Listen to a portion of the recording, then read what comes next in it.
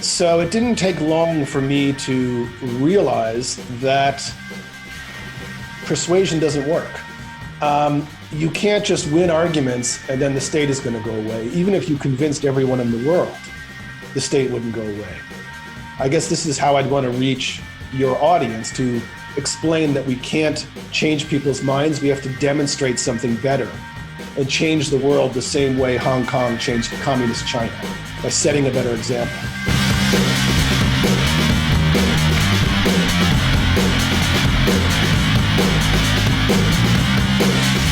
From Acapulco, Mexico, this is Anarchast. Hey everybody, welcome to Anarchast, your home for anarchy on the internet. I've got a great first-time guest coming on. It's actually a guy I've wanted to have on for years. They've been incredibly busy at the Seasteading Institute. I've ran into them at numerous conferences, including Libertopia and others, and I keep saying we need to hook up because I totally love what you guys are doing. It's Joe Quirk. He's the president and sea-vangelist of Seasteading Institute. He also wrote the book Seasteading, along with, I believe, Patrick Friedman, the son of David Friedman, is the next Anarchast guest, and of course his father of David Friedman is very well known, as most of you know as well. And the Seasteading Institute, I actually don't know all the total details, so that's what we're going to get into with Joe.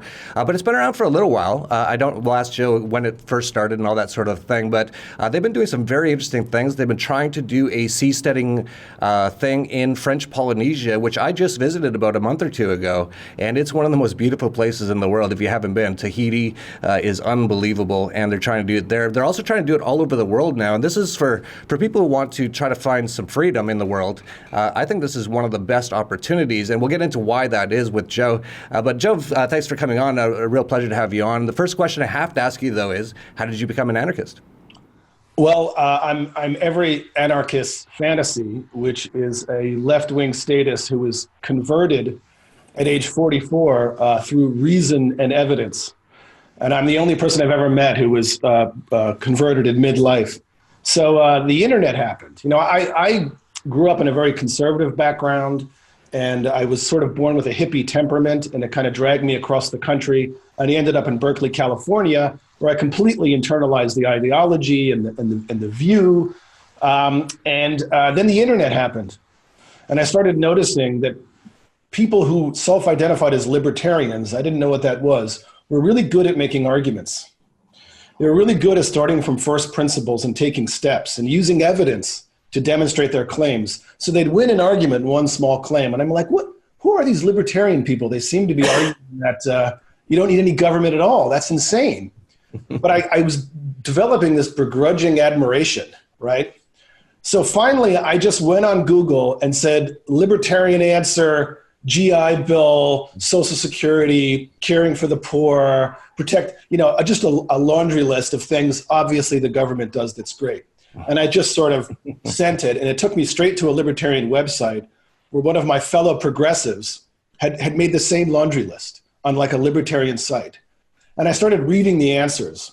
And I got to say, at first it was personal attacks, it was insulting his intelligence. And I'm like, you libertarians, you're not doing a good job. Mm-hmm. I got to like comment number 23, and some guy wrote, do me a favor and watch this. and I clicked a video. And there was a weird bald dude staring into my face, and it was called statist intervention. And I didn't know what a statist was. I barely knew what a libertarian was. And it was this weird dude, and he's talking down to me, and he's like, hi, you've been sent this video because you're addicted. You are addicted to a way of thinking. You are addicted to a way of thinking that is violent. And I was like really irritated. I'm like, okay, first of all, I'm a compassionate liberal. I'm not addicted to violence. I don't know what this guy's talking about. And my mouse was literally like hovering over the X, ready to turn it off. Like it was just, because he's talking down to me. He's acting like I'm an addict. And it was like, I was sticking it out. I was sticking it out. I was sticking it out. Got to like minute 4. And somewhere in minute 4, he blew my mind in like a few seconds. And the sentence was something like, when you say, I want government to do this or I want government to do that, what you're really saying in reality is that you want a special class of people with the legal right to threaten others with violence, to go force other people to do what you want. because you're smarter than everyone. And it was like a shovel hit me in the face. I was like, I've never thought of that before. And I'm like, I was a best-selling author. I was a public figure. I was, a popular guy in San Francisco. I'd never had that thought before. And then I was like, what's this guy's name? Stefan Molyneux? So that's who it was. And he's made bitter arguments in other places, but it was like in less than 30 seconds, I went from like progressive to anarchist, because there's no way out of that moral argument. And then I immediately became interested in the evidence for it. So, you start asking all these questions like, well, what people ask me now, like, well, what about waves? What about pirates? What about security? I started reading all these people like Rothbard, and you had Mary Ruwart on your show. I really recommend Healing Our World, and you had her on about the regulations, which was great. I read Mises, and I realized all these questions that people say, what about the roads? What about protection? They all have answers. And so it didn't take long for me to realize that persuasion doesn't work. You can't just win arguments and then the state is going to go away. Even if you convinced everyone in the world, the state wouldn't go away. So I kind of despaired about that. And I guess I'll tell you how I became a seasteader. I guess this is how I'd want to reach your audience, to explain that we can't change people's minds. We have to demonstrate something better and change the world the same way Hong Kong changed communist China, by setting a better example. So I wrote some novels. I wrote some science books. I wrote a book about evolution. I came to understand that the secret recipe for progress is variation and selection. It works in all things, whether it's life, whether it's the technology we're using now, the consumer goods. Everything is getting better if there's decentralized innovation and then selection. Then progress happens automatically. If there's like a price system that's engaged, if it's decentralized, if you centralize that process, you shut off, the global network that is the global brain. So I understood that can't happen in government, because the whole world is claimed. 7.6 billion people are claimed by 193 nation states. In order to vary a government, you need to have a war or a revolution or something terrible, and it's not worth the risk. Also, trying something new is an experiment on millions of people, as happened in the USSR. It's just not worth it. So then one day I was on a cruise ship, and I noticed that I had the highest standard of living in my entire life for the week I was on the cruise ship. It was like ice sculptures and infinite free food and infinite booze and marble. I was living like a fabulously wealthy person. And I couldn't figure out why it cost less than the coastal hotel I'd stayed in the night before. And I noticed that people from the developing world were serving me with better service than I've ever received anywhere. They were mostly from like Indonesia and Thailand and places like that. And they seemed to be living like middle-class waiters and in the West. And they may have been really good actors, but I had this sense that we were sharing this adventure. Like, my life is so much better on this cruise ship, and their life is so much better on the cruise ship. And we're both like doing much better, and yet it's cheaper.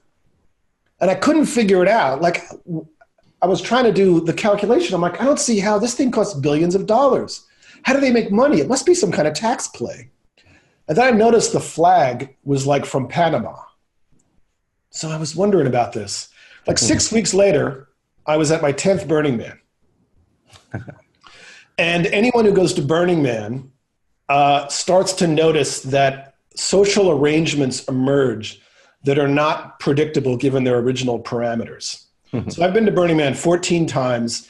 The initial rules that are set up, or the parameters by which rules develop, it's like a startup society that starts over.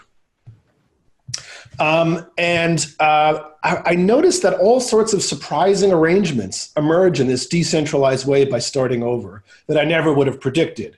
For instance, I know enough of economics to know a gift economy could never work. because, parasites would take over, you wouldn't have the right incentives. Well, Burning Man was founded as a trade economy, and it evolved into a gift economy among 70,000 people. So as you start to watch this develop, anyone starts to think about, like, what if we had more of these? What if we had like thousands of Burning Mans? What interesting if social arrangements would emerge in this limited rule set? It's very interesting. It maintains its own culture. So I was there and I was talking about this with my friend James Hogan, and he said, it seems like you need to meet Patrick Friedman. And I said, Patrick Friesman, who's that? And he's like, oh, he's here he is right here. And he gestured to his right. And I turned and James walked away. And this is the part where you're going to say I'm lying, but this really happened. There was a diminutive dude balanced like a gymnast on a boat that was on top of a log. And he was balancing on it like a guru. And I was like, oh, hi, odd person. What do you do? And he said, seasteading. And I was like, yeah, seascaping. My wife is an esthetician. Is that like shaving? Is it the ass? What is it exactly? And he's like, no, it's homesteading the high sea. And I was like, oh, I was just on a cruise ship like 6 weeks ago. So it's completely believable to me that mankind will move out onto the sea. It seems a little weird to me that someone would found a nonprofit to make it happen sooner than otherwise. So I went home from Burning Man. I noticed that the Seasteading logo was based on the Burning Man logo. So this is the Burning Man logo, and it's just got a cruise ship on top of it. And I immediately was like, why would a city in the desert inspire a city on the sea? That makes no sense to me. So what was that guy's name? It's like Patrick Friesman or something, seascaping. And I started Googling it, and I stumbled on Patrick's blog. Sorry for the long story. No, that's a great story. Keep going. This is an awesome story. Here's the moment that changed my life. Patri elucidated that, first of all, half the Earth's surface is unclaimed by any nation state, 45% of it. If societies floated, and if land was modular, and you could move around and link with people you wanted, you would have variation by governance and selection by citizens, by residents. And this like hit me in the head. I was like, oh my God. He said that would be variation and selection, the secret recipe for progress in governance itself, which in principle would lead to better systems we have now. And they wouldn't need governments and you wouldn't need politicians. You could vote with your house, as Patri explained. And he called this a Cambrian explosion of governments. That was the name of the blog. And I was like, oh my God, I can't think of a way this isn't going to work. Unlike all the other stuff in Silicon Valley, I don't understand the technology. I understand floating platforms. I understand cruise ships. I understand the unique governance structure of cruise ships. I'm like, if we could unleash this would happen. We could unleash the anarchist, decentralized, voluntarist world on the oceans. And I was like, the way this is going to happen is 1,000 times more people need to hear about it. It's out there in the global brain. People just need to come and see how important this is. So I started soliciting Patri, and like, man, I'm like a populist book writer. This can't be just a subject among Silicon Valley bloggers. This needs to be like mainstream and people talking about it and getting interested. And luckily, Patri was interested in writing a populist book. So we agreed to write a book together. I sold it to a mainstream publisher with a mainstream agent. And it wasn't until after that happened that I learned that Patri Friedman was Milton Friedman's grandson and David Friedman's son, and that his idea is a practical application of their principles. I can go on and on. I might want to let you ask one question in this interview. I was very happy just to listen. That was one of the best stories I've heard ever on this program, especially how you became an anarchist. Just the fact that you're in your 40s, but still open-minded and actually looking for answers. That's the problem with a lot of people is they just get into their dogma and they won't listen to things, and you were one of the different ones. And it's pretty amazing how you went on from that and through Burning Man, which is interesting. I went for the first time this year myself, and very interesting. I mentioned it's a very anarchist place. It's basically anarchy for a week in the desert. You pointed out the sharing economy, and I think even the founders of Burning Man have said that it can't be 52 weeks a year sharing economy because people actually have to make stuff to share, right?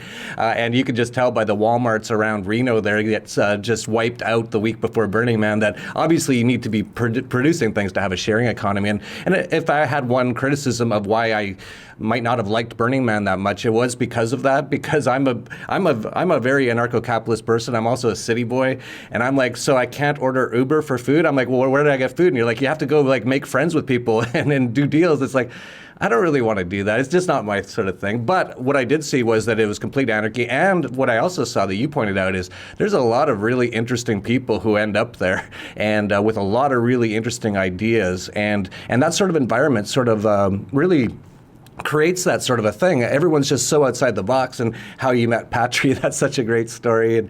And then leading to the idea of seasteading, that is, I actually used to live on a sailboat. I sold everything and I moved onto a sailboat in 2003 or 4. I had it for exactly 1 year and I sank it in El Salvador. And but the main reason was for a lot of the reasons that you were talking about. You feel so free when you're living on a boat.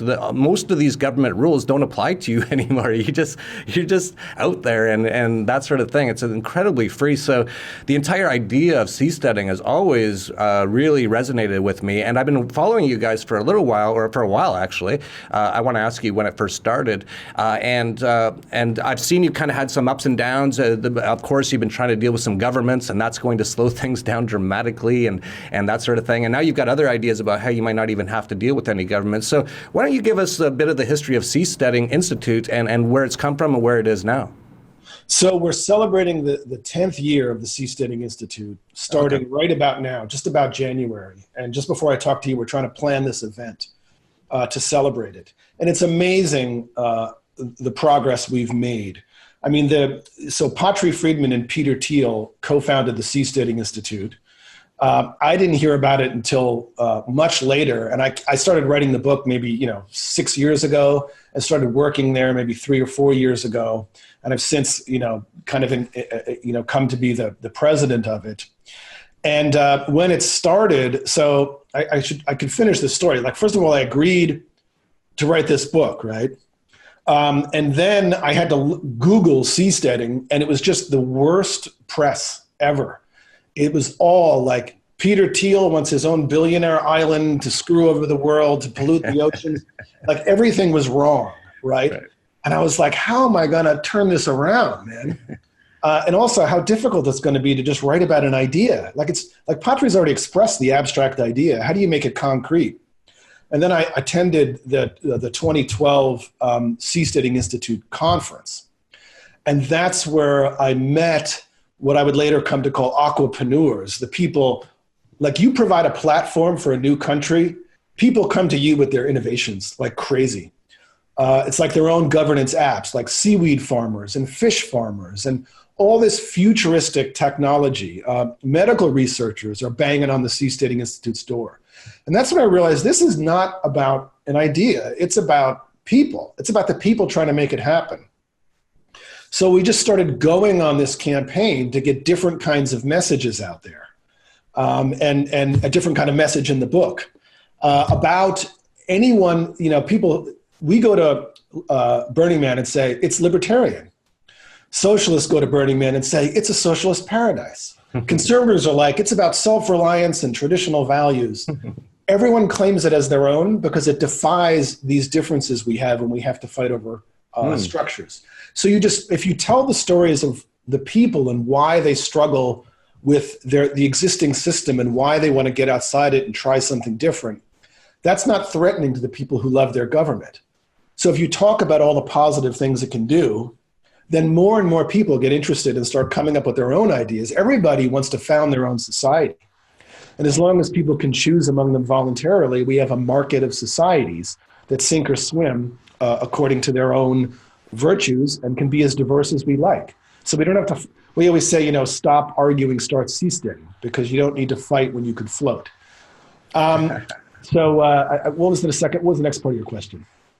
I don't even remember. Just so you know, you answered the question about when seasteading started 10 years ago. By the way, is Peter Thiel still involved? And then I was asking where things are at now. So Peter Thiel, just a little while ago, spoke on the Dave Rubin show for 6 minutes about seasteading. And we were quite delighted about that because I've never actually met Peter Thiel. He's like an early stage guy. He invests in things early. He kickstarts things, and he stands back and sees if you can make something happen. And I think now we are making something happen. So on the one hand, we're working with French Polynesia, seeking a local champion on one of their 118 islands to host the potential first seastead. We're also running a contest at Blue Frontiers Global to reach out to countries around the world and find aquapreneurs with connections in a government that features a sea zone, which I think of as legal islands inside countries. You can think of Hong Kong as the first, or Shenzhen right across the bay as the first. And these 4,000 of these have proliferated across the world. And then we're going to those countries and saying, if you let us do the next step beyond the special economic zone, the sea zone, we'll bring our own land and absorb the cost of failure and share in the prosperity. And then we'll demonstrate at no threat to you how freedom works. And if we can get this kind of legislation, we can start in territorial waters. We call it strategic incrementalism, both legally and engineering-wise. Because the challenge of the high seas is the waves are high and oil platforms are too expensive. So if you want your minimal viable product, you want your shallow waters, but most of those are controlled by existing countries.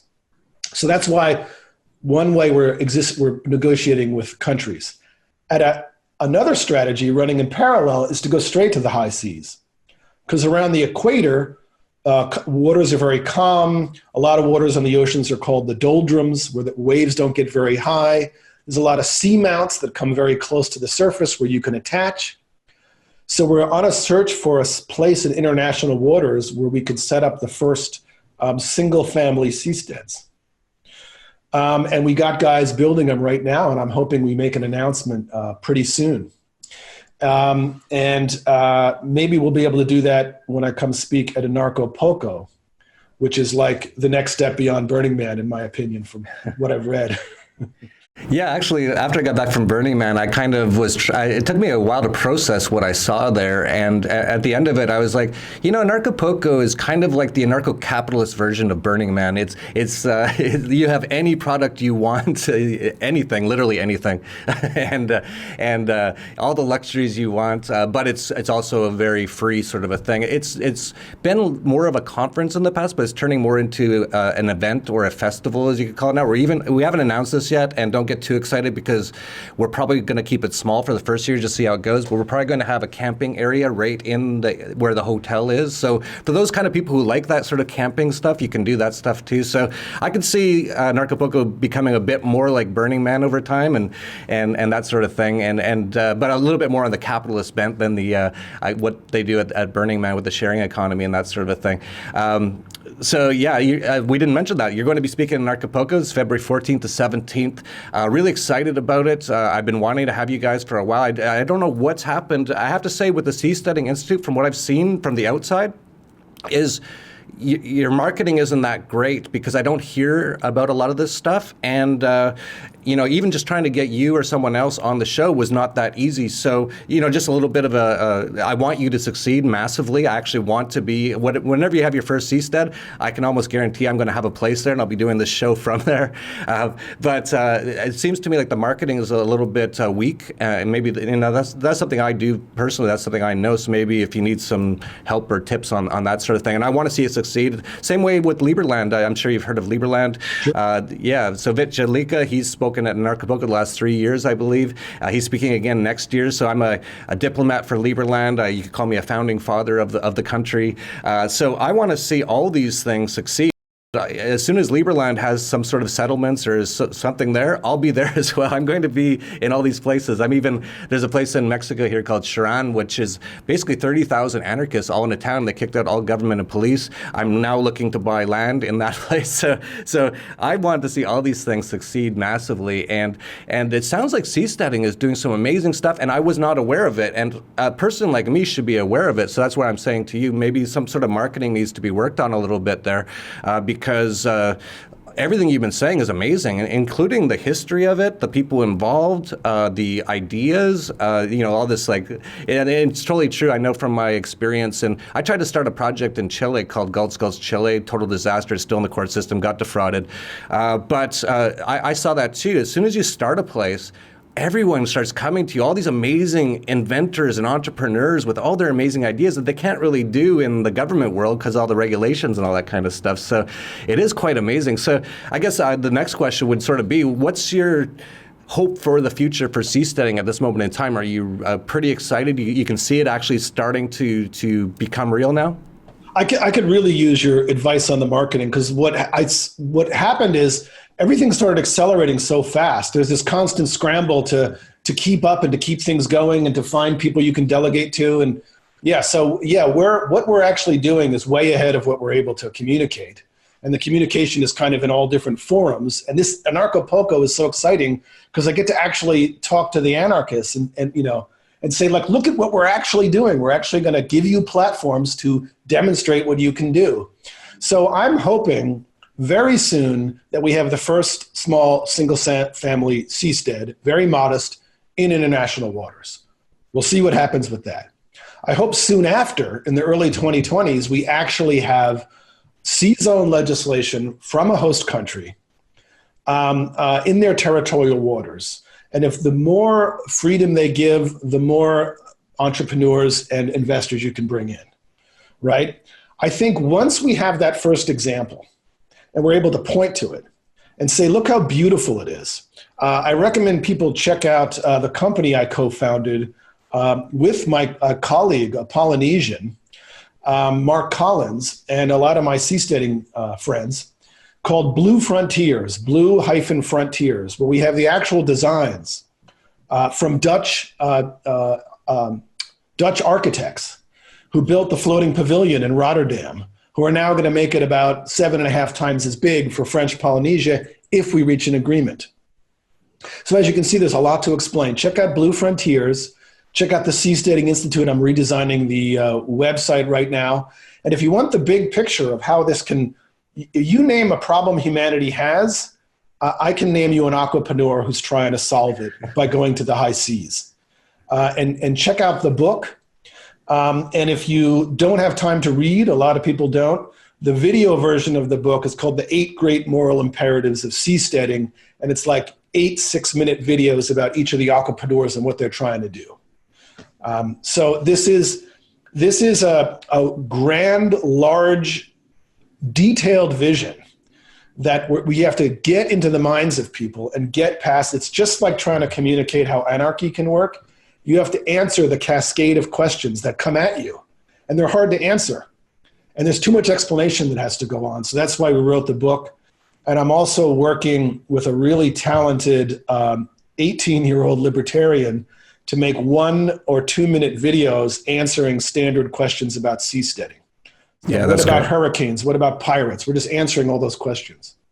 Yeah, that's great. That's definitely good stuff to be doing. And you make a great point. You made it earlier that, you can only explain things to people so much. They need to actually see it actually working. And we hear that all the time as anarchists, so much so that I actually went to Somalia last year because I would always get, if you like anarchy so much, go to Somalia. So I did. And man, there's no anarchy there. It's about 7 governments all fighting over the area. I don't know why they care so much about this area. I don't know what kind of things are there and how strategic strategic it is. But man, it's not anarchy whatsoever.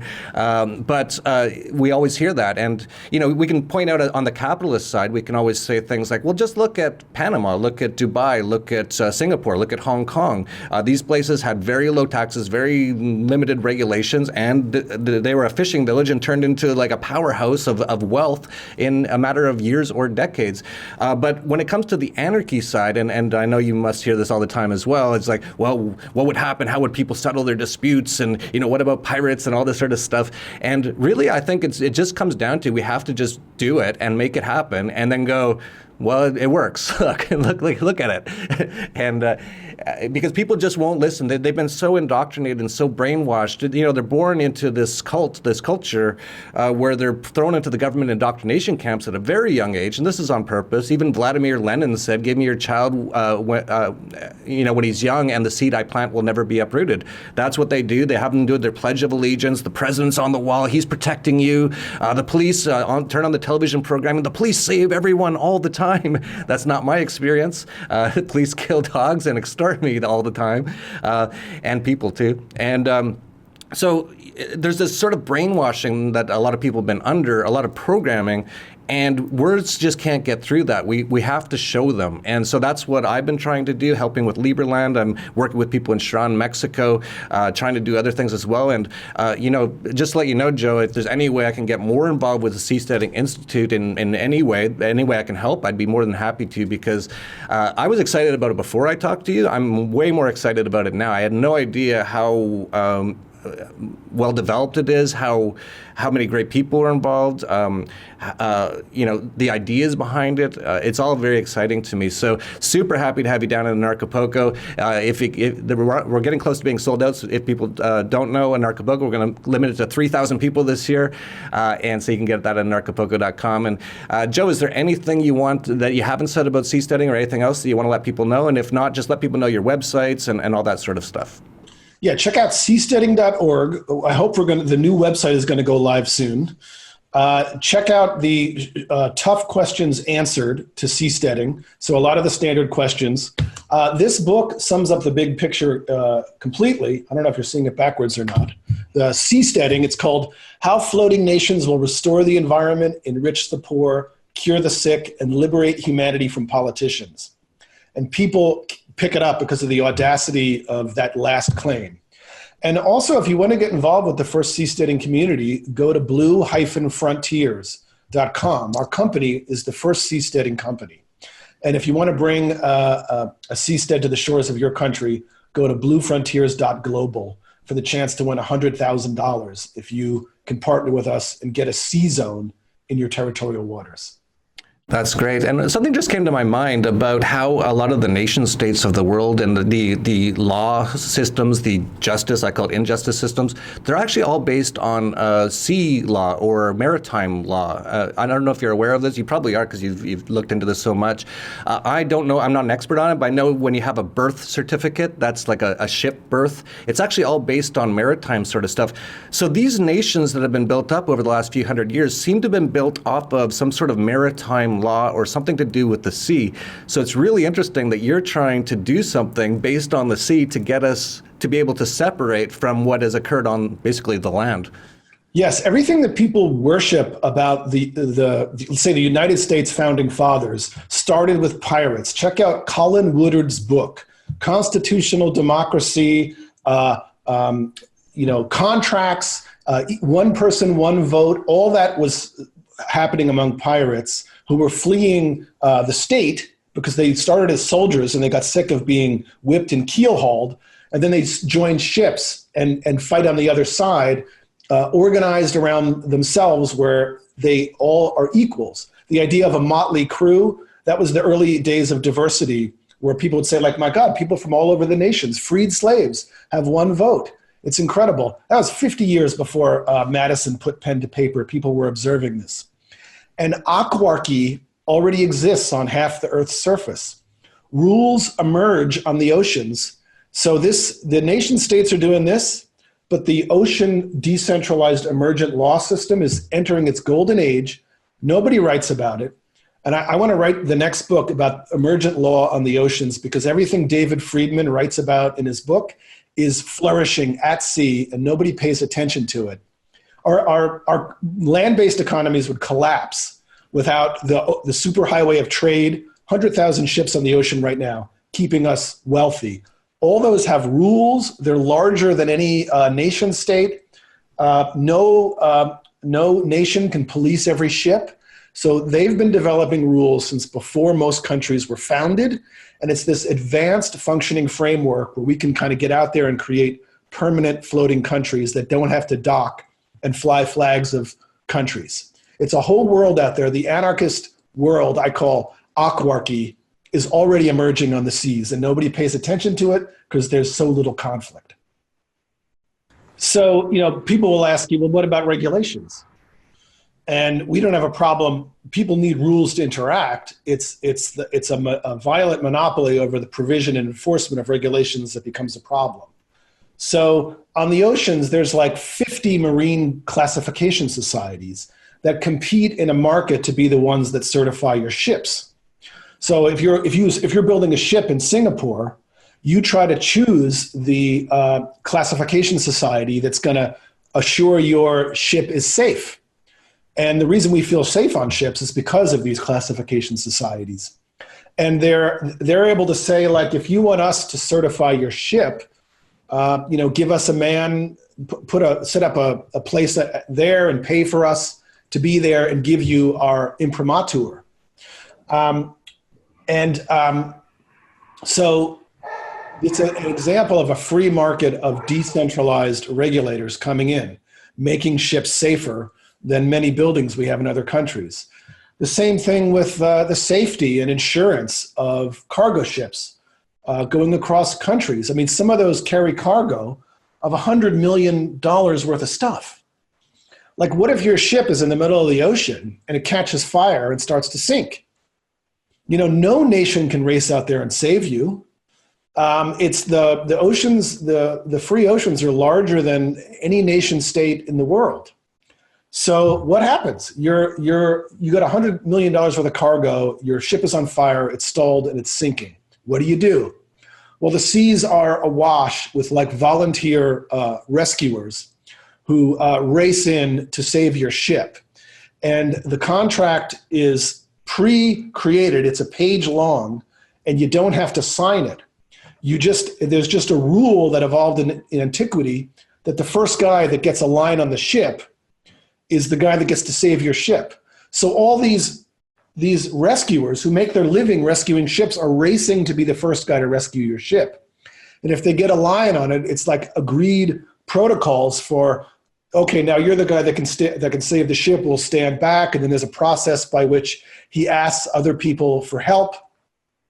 And at the top of this one-page contract that's been around for a very long time is, if you don't save the ship, you get paid nothing, right? And if you save the ship and drag it to shore, you get to claim a certain percentage of the ship. Like, say I spend $10 million saving your ship, but then the ship owner can't pay. I get to claim a certain percentage of the ocean of the ship as ownership. So say there's a dispute. Say the ship owner says, well, you get 10% of my ship, and the rescuer says, no, according to the rules, I get 15% of your ship. In 75% of cases, those guys agree. 25% of cases, they have a dispute. So they go to a free market court, Lloyd's of London, who require that there be no lawyers, who require that there be no pre-existing contract. They actually require that this be an anarchist setup. And then both guys go in and make the argument, and then Lloyd's of London, the court, issues a public statement saying, we agree with the ship owner, or whatever. And suppose they agree with the rescuer, and they say, but then the ship owner says, well, no, I disagree. I'm only paying him 10% instead of 15%, or I'm only giving him 10%. There's no enforcement mechanism. All Lloyd's does is publish their decision. And Lloyd's has enough respect that nobody in this vast ocean economy wants to be seen as the guy who ignores Lloyd's decisions. So virtually everybody on the ocean agrees, because they want speedy processing of conflicts, agrees to abide by Lloyd's decisions with no army, no enforcement, no lawyers, no contracts. It's just a giant decentralized evolution. The evolution of rules have led to all these arrangements on the ocean. And that's why the ocean economy works so much better than the land economy, and why our land-based governments flourish, because of the decentralized emergent law on the ocean. Wow, that's fascinating. And you mentioned you might be writing a book on that whole area, and that'd be fascinating to me. As I mentioned, I had a sailboat, and I really saw how things work out on the ocean, and it's anarchy. The only time there's problems is when the Coast Guard pulls you over and wants to check your registration and all that kind of stuff. But otherwise, everyone helps each other out. And in fact, when I sank my boat in El Salvador, I called in on my radio, and I said, we're going under right now. And actually ended up my radio didn't work at one point. I used a cell phone and called 911, which actually worked in El Salvador, and which was funny to me. And they said, once I got through to them, we were sinking, they passed me on to the Navy. The guy from the Navy answered. I said, hey, we're in Jicalisco Bay. I'm up to my neck in water. We're about to go under. I was wondering if you guys could come help us. And the guy goes, I was like, can you send a boat? And he goes, boats? We don't have any boats. And I was like, okay. And I just threw the phone in the water because I was already up to my neck. I was like, okay, I guess you're not coming. And I figured we'll just swim, and it's only a mile or two. And actually the people who saved us were the people at the marina, all the private sailors who heard us. And as soon as the storm was over, they came out and they found us. They brought us in. They helped us out with everything we needed. And in the morning, the entire Navy from El Salvador showed up and took photos with us. And my Spanish wasn't very good back then. I'm like, what are you guys doing here? And they're all smiling and laughing. And the next day on the front page of the newspaper was, the Navy saves this crazy Canadian adventurer. Yes. And I've listened to that story before, and it's a perfect example. Like the Coast Guard has decided that they're not going to rescue property; they're only going to rescue life, right? But meanwhile, on the ocean, if the local sailing community gets word that there was an SOS and your ship was the closest one, and you didn't rescue that person or be the first to arrive, you are like excommunicated from the community. Like, everyone knows you ignored an SOS. So people will save each other's property. There's this whole anarchist relationships out on the ocean that doesn't rely on the Coast Guard. The Coast Guard will spend millions of dollars if you're a US citizen and your life is in danger. They will board your ship if they suspect you of having drugs or something, or checking your license. But yeah, people just operate in this system without changing their ideology to voluntarism. There's just a different world out there that most of us don't know about. And yeah, I've listened to your story on your previous shows. It's really amazing. It's a perfect example of anarchy in the seas. Yeah, and makes me realize more and more that when I first got a boat in 2002, that's when I really started to wake up to libertarianism and that sort of a thing. And I was like, screw it. What's the most free I can be? It's on a boat. After I sank the boat, I kind of forgot about it for a while. But it's interesting now that I'm thinking about it again, and how you mentioned the maritime law and how it's all really anarchy on the seas. It sounds like something I should be getting back into. So I'm really excited coming down to Acapulco. I think you're going to find, as you probably have found many times, so many people are going to be there with all kinds of great ideas and want to get involved and that sort of thing, and I love that kind of stuff. So if you're watching this show, you can come to Anarchapulco if you're looking for some freedom. Seasteading, Liberland, Vichalico will be there. A lot of Liberlanders will be there. We'll all be talking about how we're going to build that country as well. The town elder from Cherán, Mexico, the anarchist state in Mexico, 30,000 people, will be speaking in Acapulco. So if you want anarchy, you know where to find it. It's going to be February 14th to 17th right here in Acapulco, Mexico. A real pleasure, Joe. Looking forward to seeing you down here in a few months, and really excited about what you're doing. I definitely can't wait to see you and hear what new progress has happened and see how we can all get involved. So if you like this video, please like, subscribe, share down below, and that's it for Anarchast, your home for anarchy on the internet. Peace, love, and anarchy.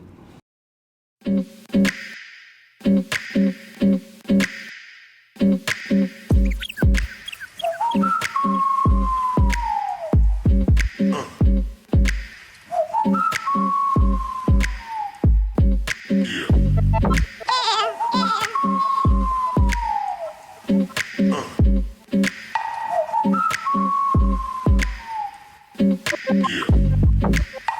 Yeah.